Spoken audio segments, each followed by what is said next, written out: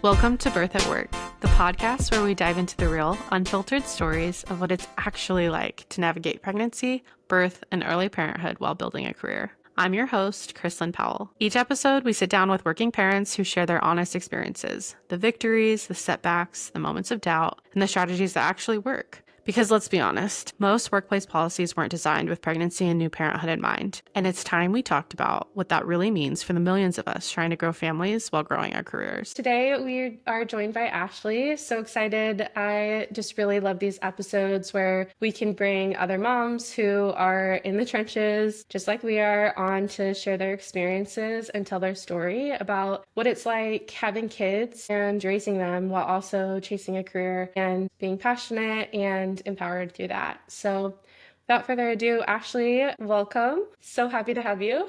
Thank you for having me. I'm so excited to be here. Yes. I was hoping that you could just take a few moments and introduce yourself, tell us a little bit about you and why you are on the podcast today. Yes, I would love to. So my name's Ashley. I'm currently living in Georgia. I am a military spouse, and I have been married to my wonderful husband for 13 years. It's crazy that we've been married that long. And we have 2 kids. I have an 8-year-old daughter and a 3-year-old son, and we currently have one on the way. I'm in my 2nd trimester.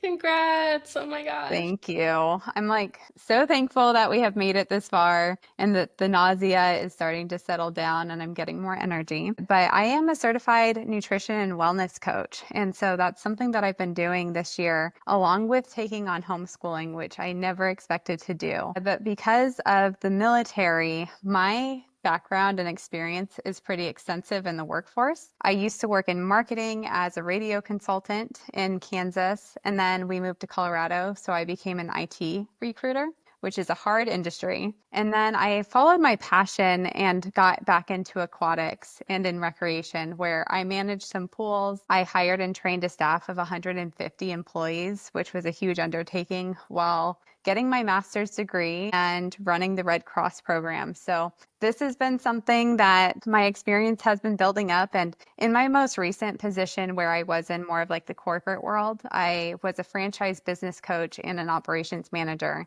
And we opened up swim schools across the country, which was a really, really fun position.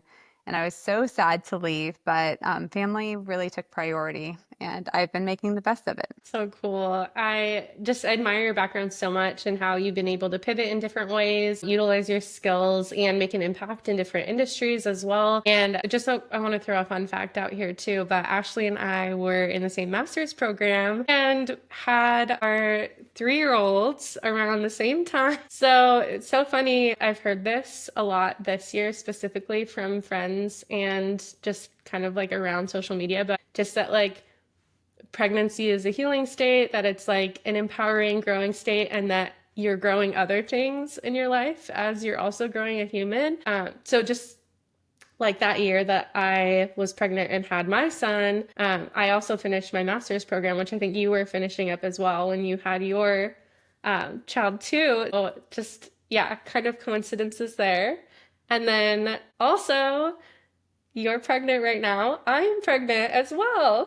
Yes. So I'm also in my 2nd trimester.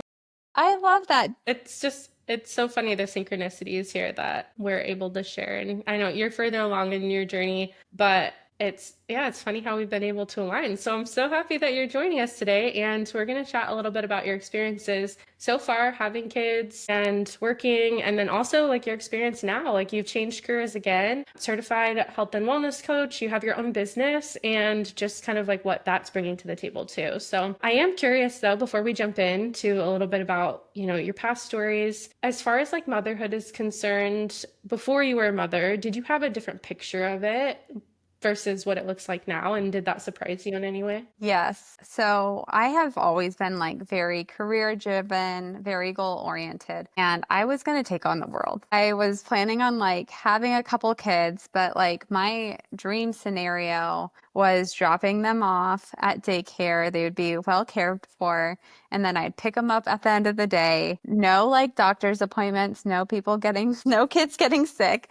And I would just pick them up, and then I wouldn't hear from work at all. And that was kind of my dream, is like the Monday through Friday, and not exactly like the 9 to 5. I pictured more like 9 to 3, but it was completely different. I just like expected no interruption to my career or to my family life. Like I didn't really picture them blending in at all. Yeah, and it's so funny how like perception is different than reality, right? Very different. I personally had a stay-at-home mom growing up when I was going through school, and I kind of felt like when I had my son, I was like, well, I should be able to watch him and work, right? Like that's how yeah, no, it didn't pan out that way.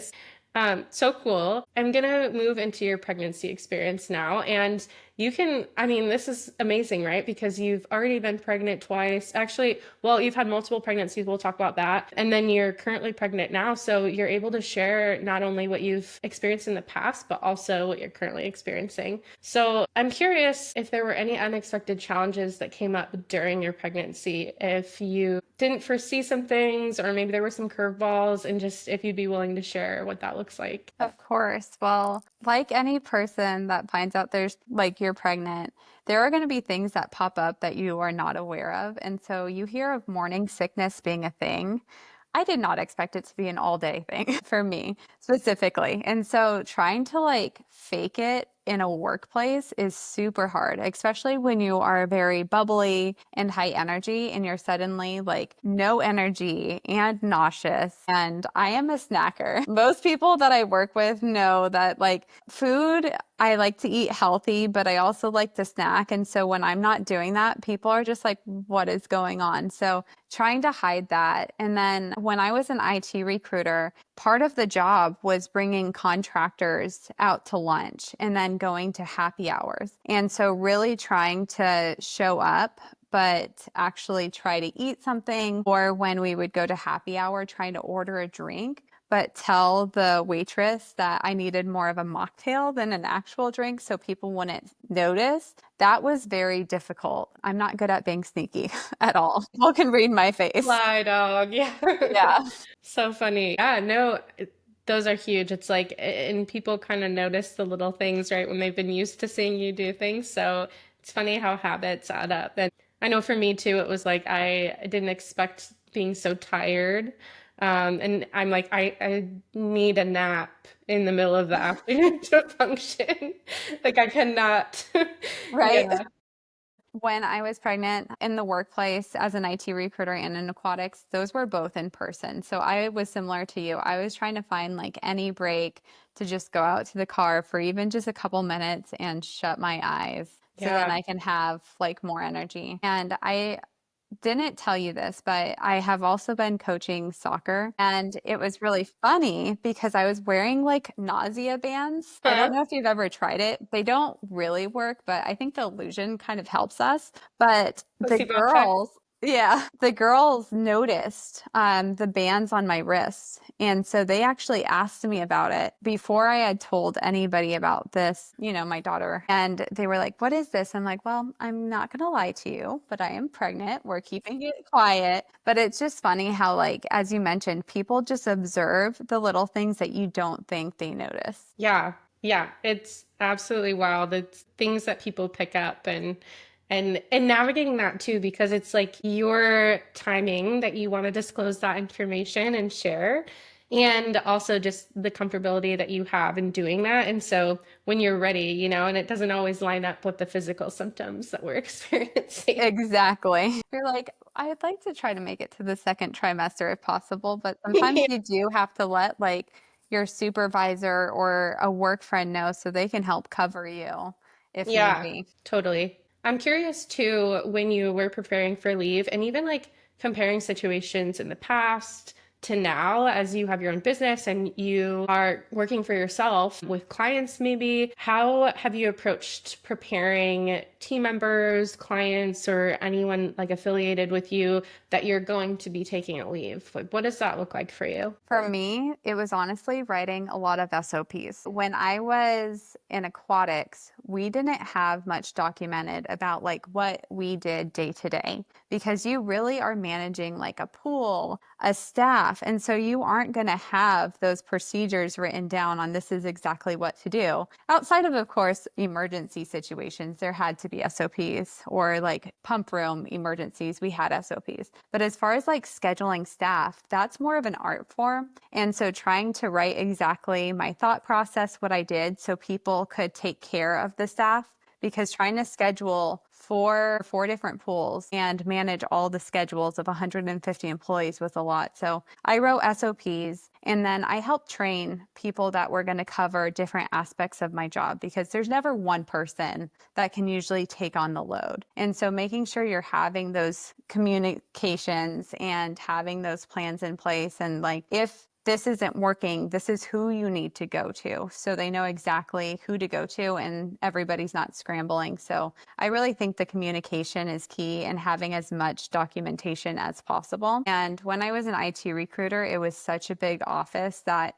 we had other recruiters just manage certain consultants. And so that transition was a lot easier. I wasn't really worried about writing like huge SOPs for that. Yeah, and it just as you're speaking and kind of sharing about your experience, what comes to mind is just how thorough in communication you are and how organized. I once heard a phrase that was like, I'm humble enough to realize I can be replaced, but confident enough to know that it'll take three people to do so.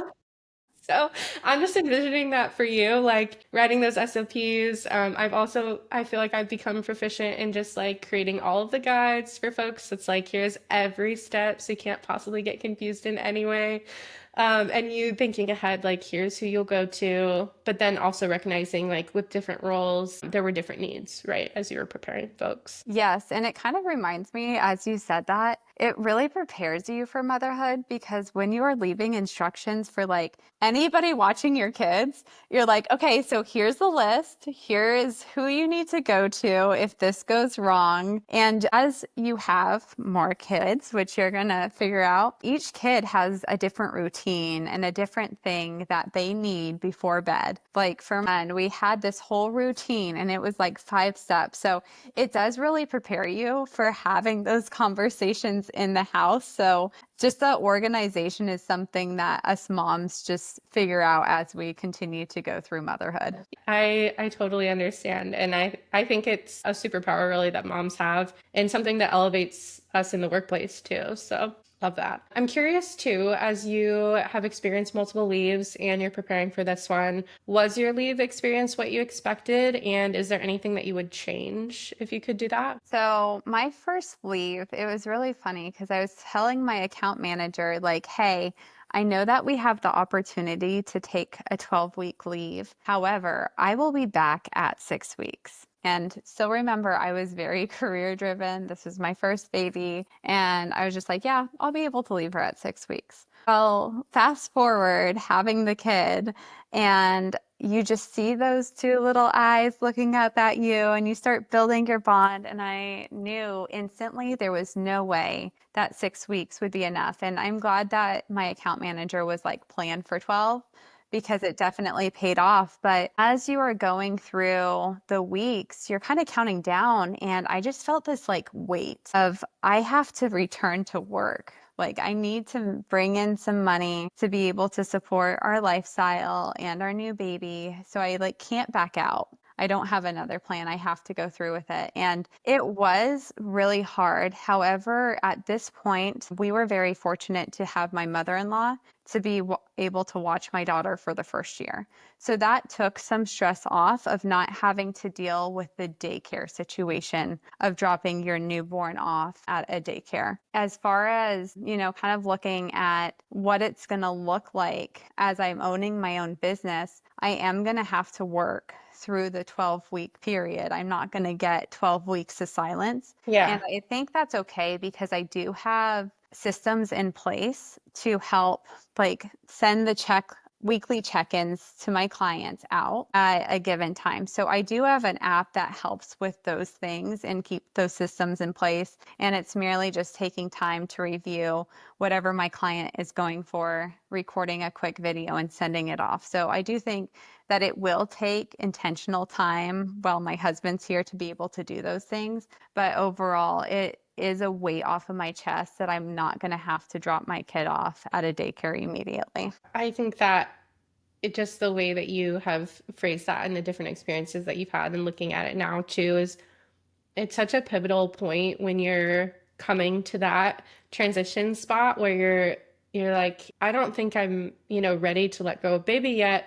It's crazy too, like getting to that point and how little they still are and how much they're still growing. A lot of us are still breastfeeding at that point, or pumping or whatever that looks like. And even if it's formula feeding, it's still like navigating that, they're not eating solid food usually when you're Yeah. going back to work. So there's a lot just in that time span and having the ability, like you said, to have your mother-in-law there for one of the leaves, to watch for a year is incredible. Not everyone has access to that. And then also I think, like for me, I just keeping this short, but I did go back at 6 weeks. I actually switched jobs. I switched to a remote job from an in-person, but I was like, I will take the shorter leave. I was going to take 12 in person. And I was like, I'll take the shorter leave with a remote job so that when I do go back to work, I'm still here. And then we had someone come in the home. So it was like I could still feed these meetings,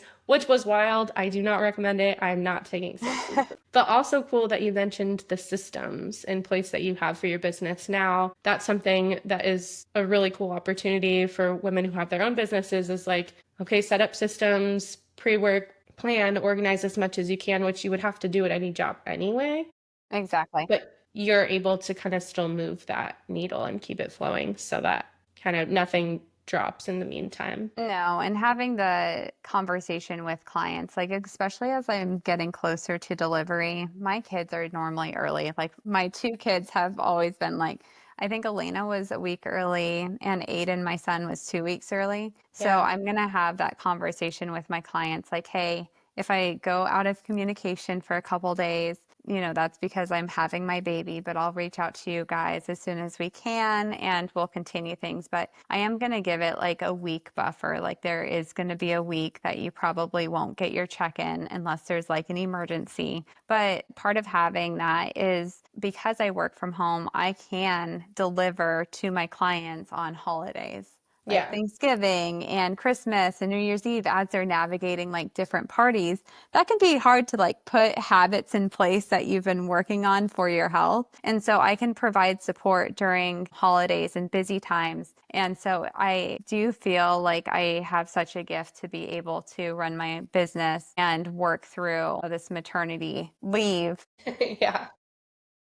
to then be able to have the freedom to, have to drop my son off at daycare. And for all the moms that are listening to this that do have to drop your kids off at daycare after you have them, just make sure that you feel super confident and it's okay to go into your car and cry after you drop them off. I worked with so many moms that did have to do that. And it is good to have somebody there that knows what's going on. So you can just give them a big hug at work if you see them and support each other through that, because I do know that that is very hard and it's nothing to be ashamed of because all of us mamas feel it when you do have to drop your kids off.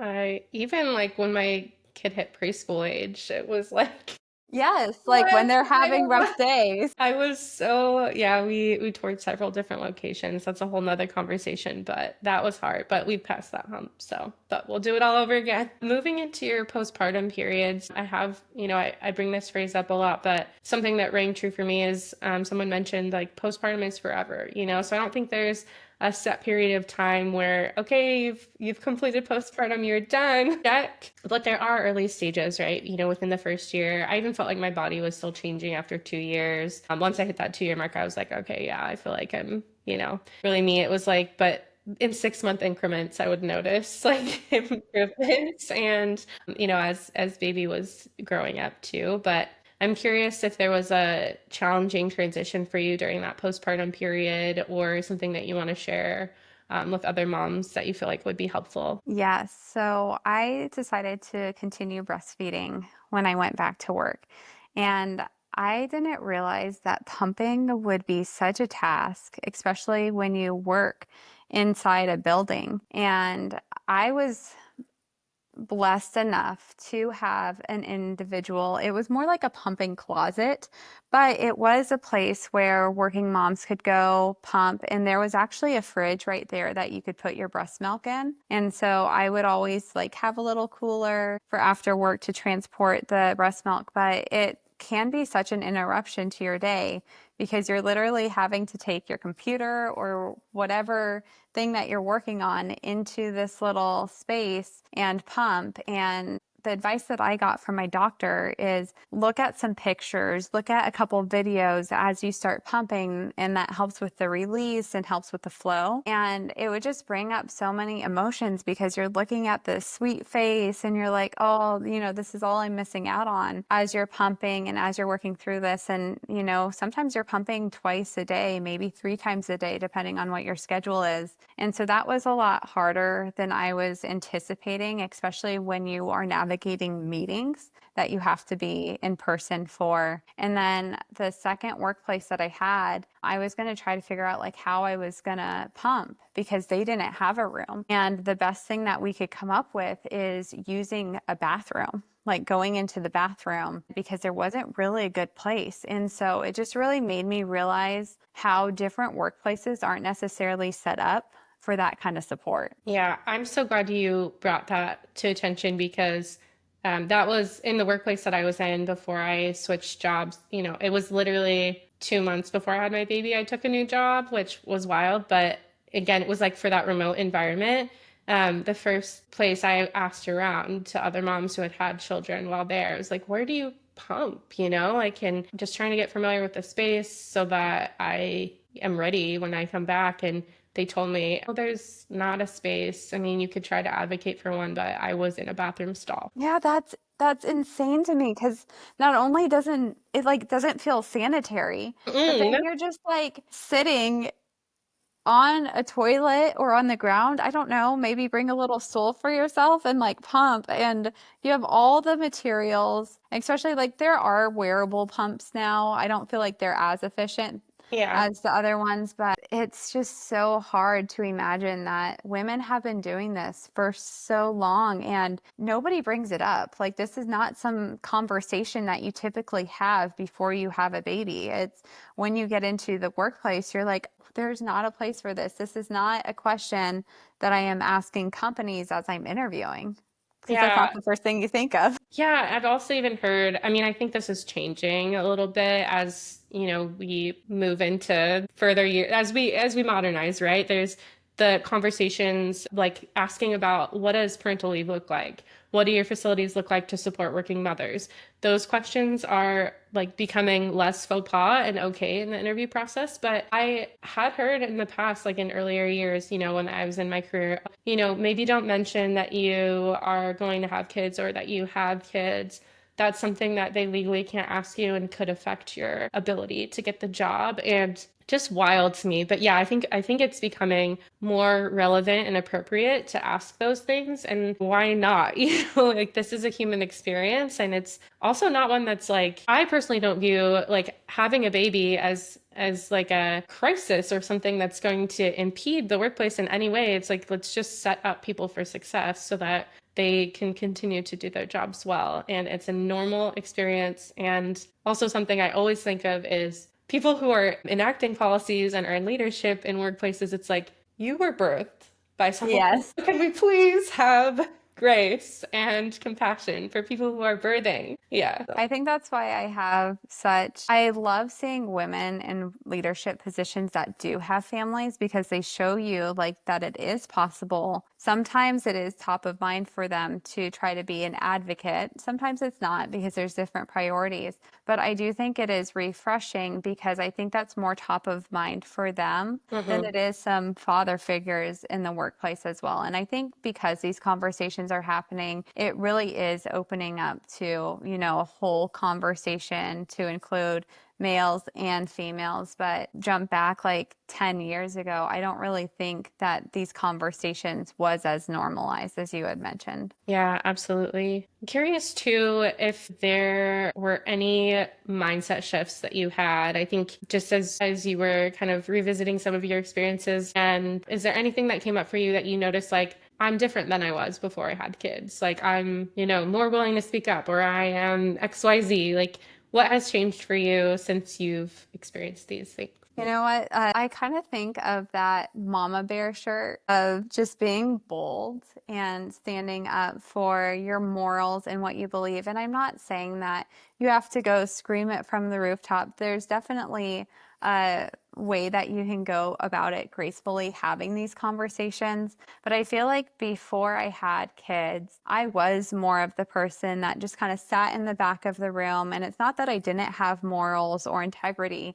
but I would let things slide a little bit more, and I didn't always put my opinion out there. But when you become a parent, I feel like you learn how to advocate because you are having to advocate for your kids, whether it's at the hospital, telling them exactly what you want them to do and making decisions. And I think it does make you really puts you in the sea of having to make fast decisions. And that's something that I love about being in a role and being in a leadership position is because I can make decisions. I do speak my mind and really try to keep other people's opinions in your mind and advocate for others too in the workplace. And I think that's a really just great way to be able to lead groups and really work with each other. But I am definitely more opinionated and strong about my morals. I love that. And I also just themes that I'm sensing with you as we have this conversation, what I've noticed in the past from you is that you're willing to take your experiences that you've had and make experiences better for others too because of that. And not to knock other women or parents, but like not everyone does that. Some people have experiences and that are really great. Let's say experience really amazing workplace policies, and then when it's time for someone they report to have a baby or to experience that themselves and they're asking for support, it doesn't always show up the same way. And so I think that really comes down to like foundational principles, morals that you live by in your life and how you care and support others. There's always a balance of like having boundaries with yourself and being able to, stand up for yourself and say the right things to set those clear expectations for you. Also, I'm just, again, I'll reiterate that recurring theme I'm seeing with you is just that you're not afraid to speak out about what's right for other people and show up for them too. So I just Yeah. wanted to call that to attention.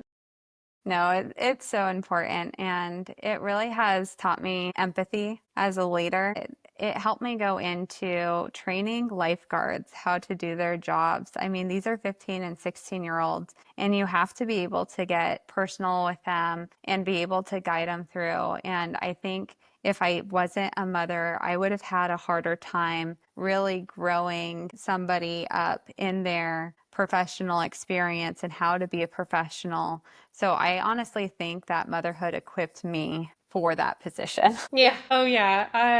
100% amazing. And I grew up lifeguarding and coaching swim team and, competing and all those things. But on the flip side, like in my professional career, I thought I was going to continue. And yeah, totally the Parks and Rec queen. I'm in tech now, which is weird. It's like totally different. But yeah, so that space I just resonate with as well. Pregnant. I know that not every pregnancy for you has worked out the way that you anticipated. And if you'd be willing to share a little bit about maybe a past experience that was especially challenging for you. And once you share, I think we can kind of go back and forth here, but I can relate. So if you're willing to open up about that and share with other moms what it was like maybe navigating, that pregnancy experience that maybe didn't come to full fruition, or one that you didn't expect it to turn out the way that it did? Yeah, so going back to an earlier question, what it's like to navigate, the nausea and deciding when to tell people. I did have a miscarriage, and it was an early miscarriage when I was working in aquatics. I had found out I was pregnant, I was nauseous, I was tired, and of course, this is my second pregnancy. And so I do want to feel more confident and tell people, but there's always that like hesitation because it's so early and things can happen. And unfortunately, it did happen. We had a miscarriage, and that actually taught me such a big lesson. And it was that I was then telling my family and some of my close friends that, hey, I was pregnant and I had a miscarriage. And that is not a fun conversation at all. And it really taught me that there is like a core group of people that I needed specifically in my corner to be able to support me through the emotions of having a miscarriage. And there was a lot of people that I wasn't open with about that. And that was something that I navigated. But I did have one friend at work that I told so she could help support me from a workplace on my emotions when I wasn't 100% there. So that was very significant. But it also, like when I got pregnant with then my son, I think we got pregnant with him like 4 or 5 months later. So Yeah. I was very fortunate to be able to really move past. It was a long process of like getting your blood work done, making sure everything leaves your system. Like, fortunately, I didn't have to have a DNC, but it was a long process to get like my hormones back. But I did get pregnant probably fairly recently. And so that I immediately told my family because I'm like, well, if I can tell you guys that I had a miscarriage, I can tell you guys as soon as I get pregnant with the next one because I know if something happens, I am going to tell you. So it did make me more confident in that, but I didn't share like publicly until that second trimester part. Yeah, and I wish I could like give you a hug through the screen. I've experienced a miscarriage as well, and it's heart-wrenching. So I just want to pause and just take a moment to say like I understand what that's like, and it's so hard. So It I is so appreciate hard. you sharing that. Um, I want to give you a hug too, because I feel like that's not something that is talked about. Like, I see some moms that do like the rainbow picture, mhm. but it is really, I think, still kind of a taboo thing unless you know of somebody who had like a miscarriage. And that's my sister-in-law. I had known that she had had a couple miscarriages. So she was one of the key people that I reached out to because, of course, you have the people supporting you that are supporting your emotions but don't really know what you're going through. Yeah. So I do think it is key to try to find somebody that has went through it to Mhm. be able to speak some life into you and tell you that like it's not something you ever get over. And I think that's just a natural part of grief. And it's still something I think about regularly, but it doesn't weigh on me like it did. Yeah, I think that's so well said. It took me quite some time to not feel I guess it's almost like it felt like really like a knife wound. It's just that like that ache continued for a very long time. We did also get we got pregnant within a year for my son, which was like such a amazing miracle. So cool that you were able to have that rainbow baby as well. Yeah, it was interesting navigating telling folks, and I appreciate you sharing what that was like for you because it is hard when people don't truly understand like, that is your baby, For and sure. that it will always be your baby. And so that baby doesn't ever leave you. It's something that you think back on and are constantly reminded of and in good ways, moving forward. But it's really hard to work through. And yeah, I had a friend who had a recent loss so hard. So sorry for her as well. But she reached out to me and said, I now understand what you went through. I didn't at the time. And I'm so sorry. And I'm like, no, no apologies No. needed. Like, truly, I didn't wish that you would ever have to go through something like this to feel it. But Well, it's, I'm glad that you were open with her too, because then she like went to you because she knew that you had experienced that. And I think like to add on to that, you don't realize a lot of the physical things that like take place, even if you have an early miscarriage and, as things go on, if you have a later, that's even more dramatic to your body. But like, I still lost hair. Yeah. And I'm like, why am I losing hair? I didn't like bring you to term. So I wasn't expecting to have those like experiences that you experience like postpartum, like newly postpartum when you deliver a baby. I didn't know that like my hair was gonna fall out still. It just like it kind of was a slap in the face along with like all the emotions that you are dealing with just from the loss. Yeah, your body has to recalibrate still. And it's almost like it's already an unfair situation. And then you're faced with that too. So, so many levels to the healing process. And yeah, but I'm really glad that we were able to share this too, because I think there are maybe some moms out there experiencing it or worried about experiencing it. And I think it's also a topic that's becoming less taboo. And it's like, this is okay to talk about. This happens, and obviously we hope it never happens for anyone, but talking about it helps. So, It and does. I'm also curious too, as we've kind of talked about workplace policies, what it's like to take leave, being pregnant, communicating that, experiencing loss. Is there anything that you feel like is a misconception that's still happening now that you wish would just disappear from maybe culture, workplaces especially, and just how folks respond to women who share their pregnancy, disclose the news, or like have babies while they have a career? Yeah, so one misconception that I really think this is like nails on a chalkboard for me is that mothers aren't as committed in the workforce as fathers. And I would say that is 100% not true. I've been a mother in a couple different places, and I was fully committed when I was there. I would be 100%. And even like with doctor's appointments, when I was at work, I was focused on work. And that's like making sure you set clear expectations and deliverables. And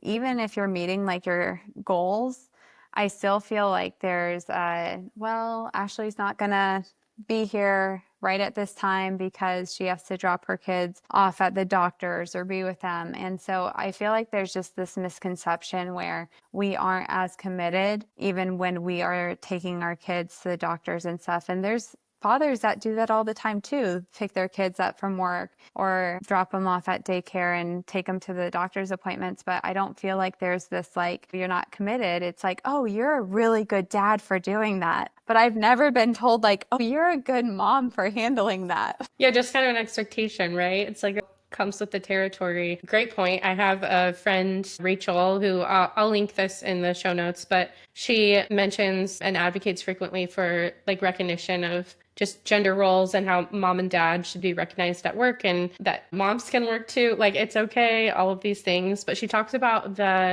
I think it's called the mommy tax. And then I'll write it specifically in the show notes, but in the reverse side, it's like essentially like moms get taxed for having kids, but then dads typically receive rewards for having kids. It's looked on as like a badge of honor kind of thing, like, oh my gosh, he's so incredible. Whereas it's like she maybe isn't going to be as focused on her work now that she has kids. So really interesting. But again, I'll link that. It's something that she talks about quite a bit and advocates for more balance with, but I love that. totally important. It is. It is so important. And it's wild to me. It's even funny. I don't know if your husband has ever got this reaction, but my husband will bring the kids shopping and people will see him and be like, oh, you're such a good dad.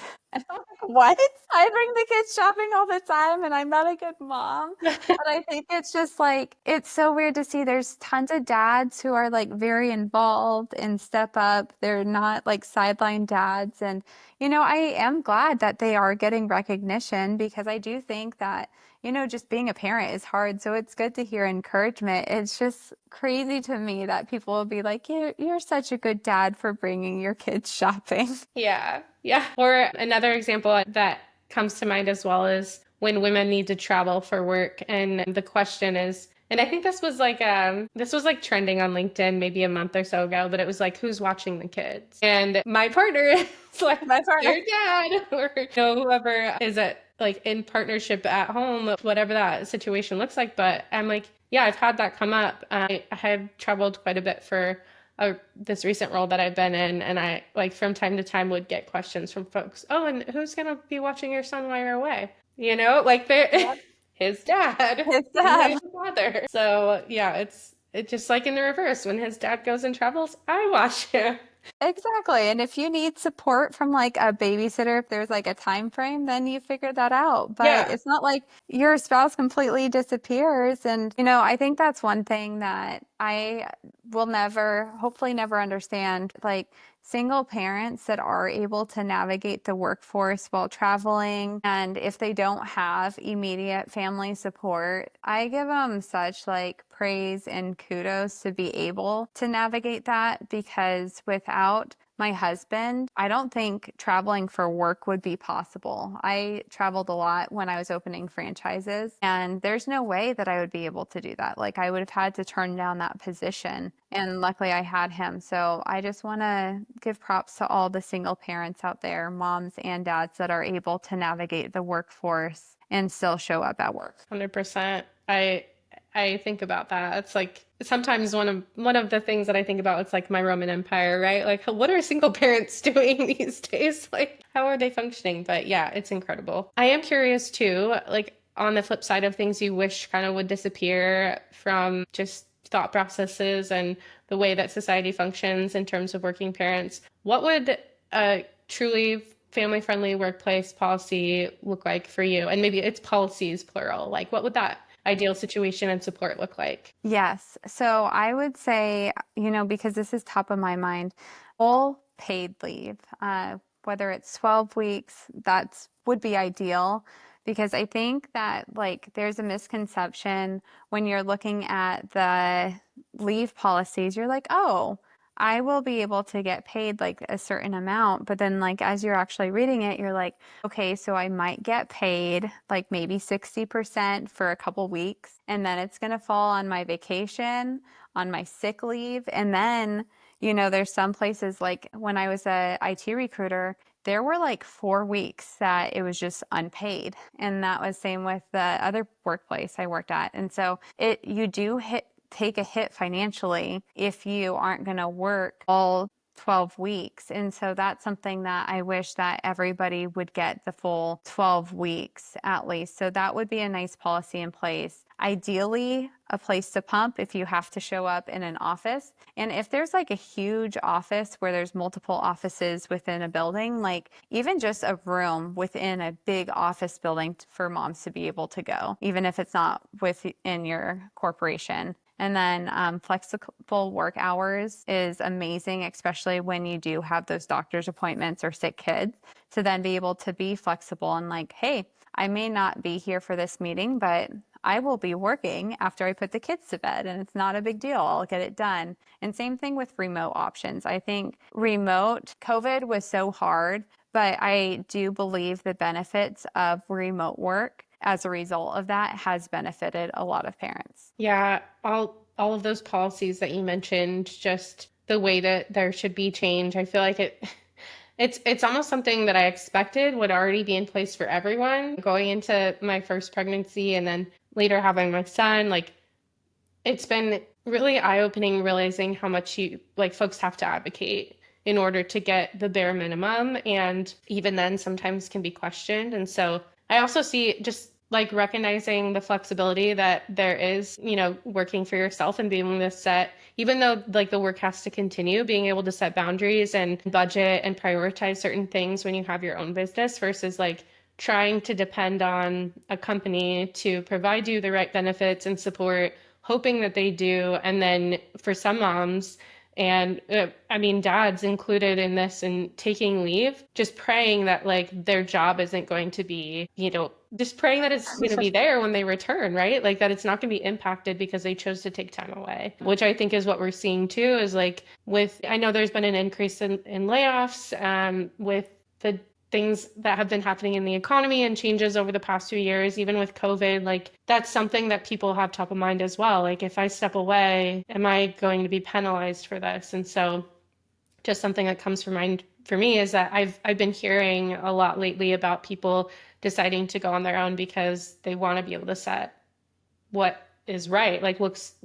works for them for their leaves, and for other reasons too, obviously. Right. There are a lot of other perks too, with It this. is hard though. And starting your own business, it is a grind emotionally. Like my business isn't, I am not going to say I've made it yet because I am still in like the infancy stages. So just trying to get traction. And man, all those entrepreneurs that have made their business successful, they're just amazing to me now. I'm supporting everybody that I know who is trying to get started or has their own business, whether successful or not, just because now I'm in the shoes Yeah, and it is so much harder than it looks. feeling it, right? Yeah. Takes a certain personality, grind, determination, all the things. Well, it's been so great having you. As we're closing here, there are a couple questions that I want to leave with. And one is just kind of continuing on this maybe more positive spin. You know, we talked about like in an ideal workplace situation, what do policies look like? What does support look like?